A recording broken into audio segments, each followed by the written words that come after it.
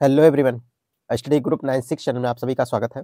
कैसे हैं आप सब? आशा करते हैं आप सभी अच्छे होंगे और अपनी तैयारी में लगे होंगे। फ्रेंड्स, आज हम 29 नवंबर की करंट अफेयर देखेंगे, जो दैनिक करंट अफेयर के हिसाब से लिया गया है। ठीक है, तो चलिए क्वेश्चन देखते हैं। किस देश ने दुनिया के सबसे बड़े एकल साइट और ऊर्जा संयंत्र अल दफरा परियोजना का उद्घाटन किया है? तो ये कौन सा ऑप्शन हमारा सही हो जाएगा? ये हमारा संयुक्त अरब अमीरात हो जाएगा। चलिए इसकी एक्सप्लेनेशन देख लेते हैं, क्या है। संयुक्त अरब अमीरात जो है आगामी संयुक्त राष्ट्र जलवायु परिवर्तन सम्मेलन COP 28 से पहले दुनिया के सबसे बड़े एकल साइट और ऊर्जा संयंत्र का उद्घाटन किया है। ये 2 gigawatt Al Dhafra solar photovoltaic independent power project IPP Abu Dhabi शहर से 35 किलोमीटर दूर स्थित है। ठीक है, लगभग 2 लाख घरों को बिजली देने के लिए पर्याप्त बिजली पैदा करेगा। ठीक है, इस संयंत्र से सालाना 2.4 मिलियन टन कार्बन उत्सर्जन होने की उम्मीद है। इस परियोजना ये जो परियोजना है UAE के नेट जीरो 2005 लक्ष्य के भी अनुरूप है। ठीक है, ये 2050 लक्ष्य के भी अनुरूप है। चलिए नेक्स्ट क्वेश्चन देख लेते हैं, क्या है।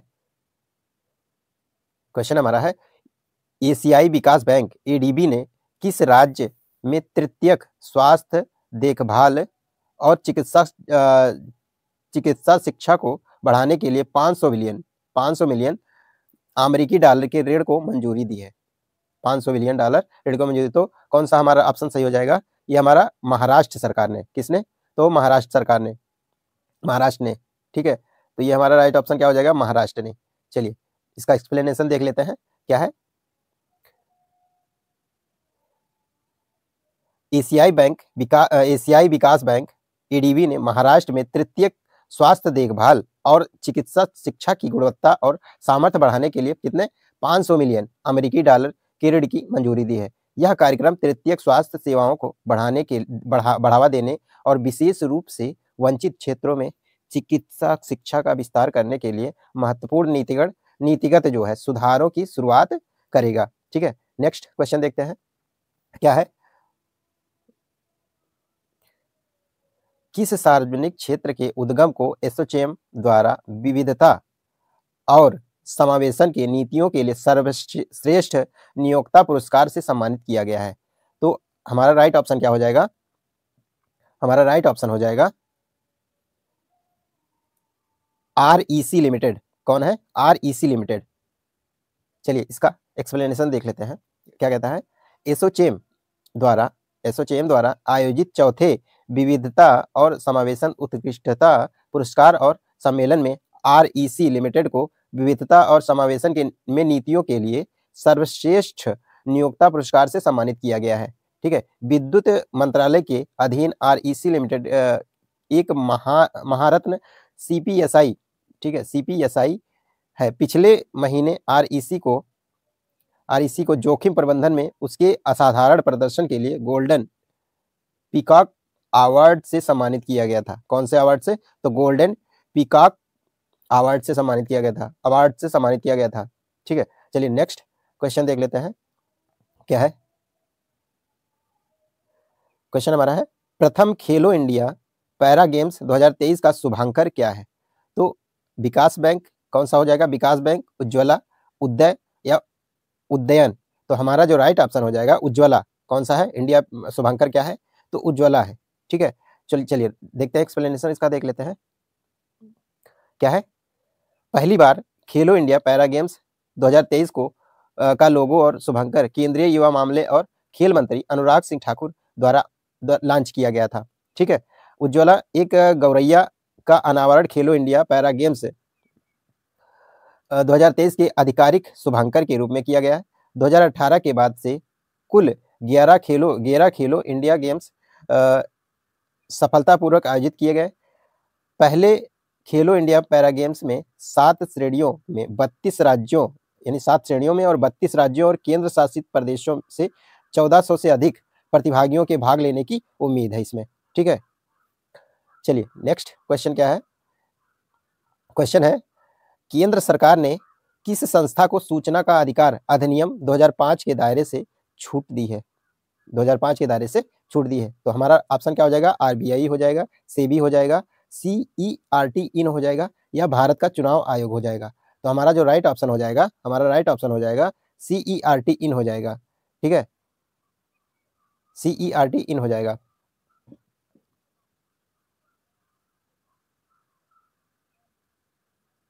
चलिए इसका एक्सप्लेनेशन देख लेते हैं, क्या कहता है। केंद्र सरकार ने हैकिंग और फिशिंग जैसे साइबर सुरक्षा खतरों से निपटने के लिए राष्ट्रीय नोडल एजेंसी भारतीय कंप्यूटर आपातकालीन प्रतिक्रिया टीम सीईआरटी इन को सूचना का अधिकार अधिनियम 2005 के दायरे से छूट दे दी है। सीईआरटी इन को पारदर्शिता कानून के दायरे से छूट देने के लिए आरटीई अधिनियम की धारा 24 की उपधारा 2 के तहत शक्तियां दी गई हैं। इन शक्तियों का उपयोग करते हुए केंद्र ने आरटीई अधिनियम की दूसरी अनुसूची में क्रम संख्या 27 यानी 27 पर सीईआरटी इनको शामिल किया गया है। ठीक है, चलिए नेक्स्ट क्वेश्चन क्या है हमारा। नेक्स्ट क्वेश्चन है, क्वेश्चन क्या है, कौन सा केंद्रीय मंत्रालय राष्ट्रीय गोपाल रत्न पुरस्कार से संबंधित है। ठीक है, तो कौन सा हो जाएगा? कृषि मंत्रालय, मत्स्य पालन पशुपालन और डेयरी मंत्रालय, एमएसएमई मंत्रालय, या वाणिज्य और उद्योग मंत्रालय। तो ऑप्शन हमारा कौन सा हो जाएगा?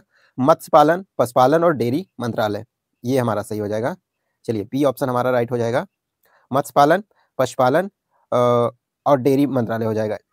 देख लेते हैं क्या कहता है। मत्स्य पालन पशुपालन डेयरी मंत्रालय द्वारा जो 2023 में राष्ट्रीय दुग्ध दिवस समारोह के हिस्से के रूप में हाल ही में राष्ट्रीय गोपाल रत्न पुरस्कार प्रदान किए गए हैं और प्राथमिक उद्देश्य स्वदेशी पशुओं के पालन पोषण में लगे किसानों, कृत्रिम गर्भाधान तकनीशियनों और सहकारी समितियों, दूध उत्पादक कंपनियों और इस क्षेत्र में योगदान देने वाले डेयरी किसान उत्पादक संगठनों जैसे व्यक्तियों को स्वीकार करना और प्रेरित करना है। ठीक है, इसका लक्ष्य ये है। चलिए नेक्स्ट क्वेश्चन देख लेते हैं। सूर्य किरण भारत और किस देश के बीच एक संयुक्त सैन्य अभ्यास है? ठीक है, तो सूर्य किरण कौन सा है? तो नेपाल, बांग्लादेश, श्रीलंका या फ्रांस, कौन सा हो सकता है इसमें?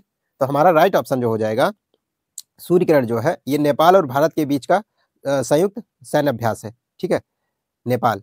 ठीक है, चलिए इसका देख लेते हैं क्या कहता है। नेपाल की सेना की टुकड़ी जिसमें 334 कर्मी शामिल हैं, संयुक्त सैन्य अभ्यास सूर्य किरण 17वें संस्करण में भाग लेने के लिए भारत पहुंची है। ठीक है, यह वार्षिक आयोजन भारत और नेपाल में बारी बारी से आयोजित किया जाता है। अभ्यास जो है उत्तराखंड के पिथौरागढ़ में होने वाला है। 24 नवंबर से 7 दिसंबर 2023 तक चलेगा यह। ठीक है, चलिए नेक्स्ट।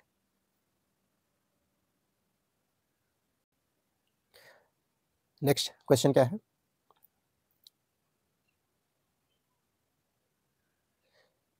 किस देश को वर्ष 2024 के अंतर्राष्ट्रीय चीनी संगठन ISO का अध्यक्ष घोषित किया गया है? तो भारत है, चीन है, ऑप्शन है हमारे नीचे, रूस है या यूएसए है। तो हमारा राइट ऑप्शन क्या हो जाएगा? तो राइट ऑप्शन हमारा हो जाएगा भारत है। ठीक, ये ऑप्शन हमारा राइट हो जाएगा भारत। चलिए इसका एक्सप्लेनेशन देख लेते हैं।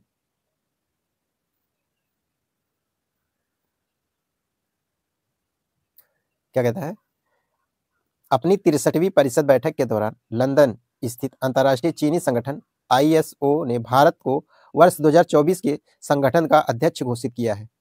ठीक है, प्राथमिक ध्यान क्या है? सदस्य देशों को गन्ने की खेती, इस पे प्राथमिक ध्यान क्या रहेगा? गन्ने की जो सदस्य देशों को गन्ने की खेती में अधिक टिकाऊ प्रथाओं को अपनाने के लिए एकजुट करने पर होगा।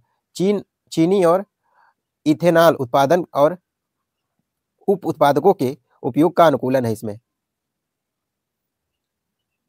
ठीक है,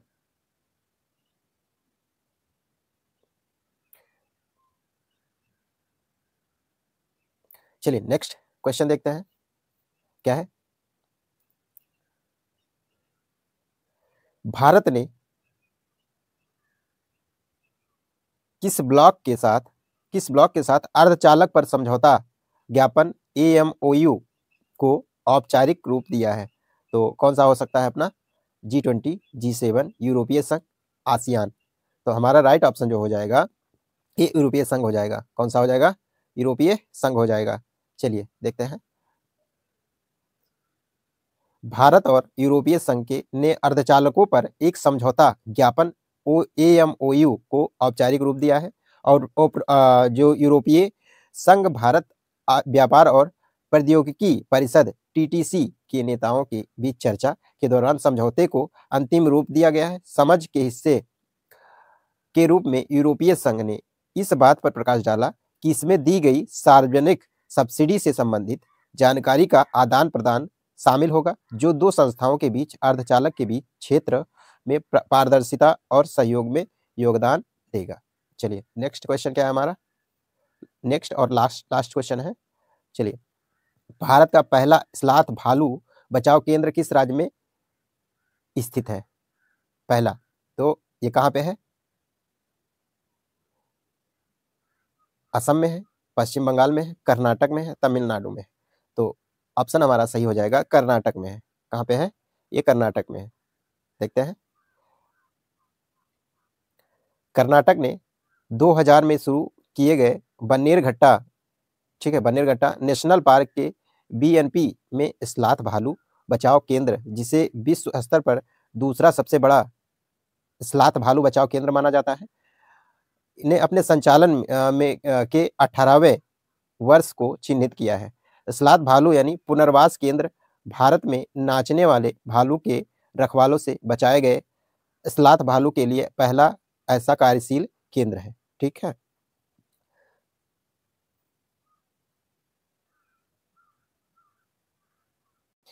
ये आज का करंट अफेयर है, यानी 29 नवंबर का करंट अफेयर है। 29 नवंबर का करंट अफेयर है। इसी तरह की प्रतिदिन करंट अफेयर की वीडियो पाने के लिए चैनल को लाइक, शेयर और कमेंट और सब्सक्राइब जरूर कीजिए। अगर आप इसकी PDF चाहते हैं, खुद पढ़ना चाहते हैं, तो आप हमारे व्हाट्सएप ग्रुप और टेलीग्राम ग्रुप दोनों को ज्वाइन कर लीजिए। लिंक आपको डिस्क्रिप्शन बॉक्स में मिल जाएगी। व्हाट्सएप